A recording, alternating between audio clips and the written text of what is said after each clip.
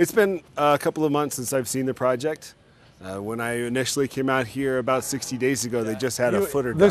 This footer here wasn't even poured last time. Now I see almost 80% to 90% of the wall complete. It's really a dramatic change. It's a tremendous improvement. They've done a lot of work and a lot of good quality work. This isn't a normal project for Captain Christopher Gideon and his team. As National Police engineers, they coordinate all the National Police construction engineering for the Combined Joint Task Force 101.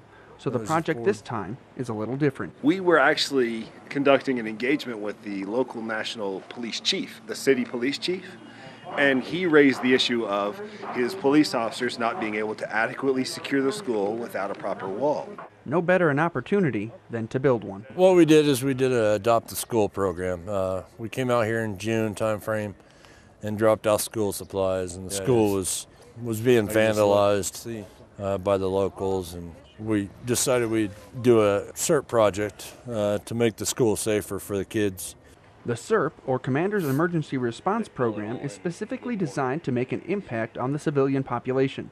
In this case, protecting the school from vandalism and theft. He's got to come back in and fix that. With any project, there's always the chance for setbacks. That's part of construction is you always have small fixes that you have to do at the end. Even with a few minor problems, Sergeant First Class Merrill says it doesn't take away from the feeling of making a difference. It feels really good because, you know, with having kids of your own back in the States and knowing when they go to school they're safe, you know, it helps us. It makes me feel good that, you know, in the future, these kids will feel safe coming to school. They don't have to worry about anybody disrupting their education. Though the setbacks may have caused some delay, stone by trowel of mortar, the wall still goes up, providing a safe environment for education.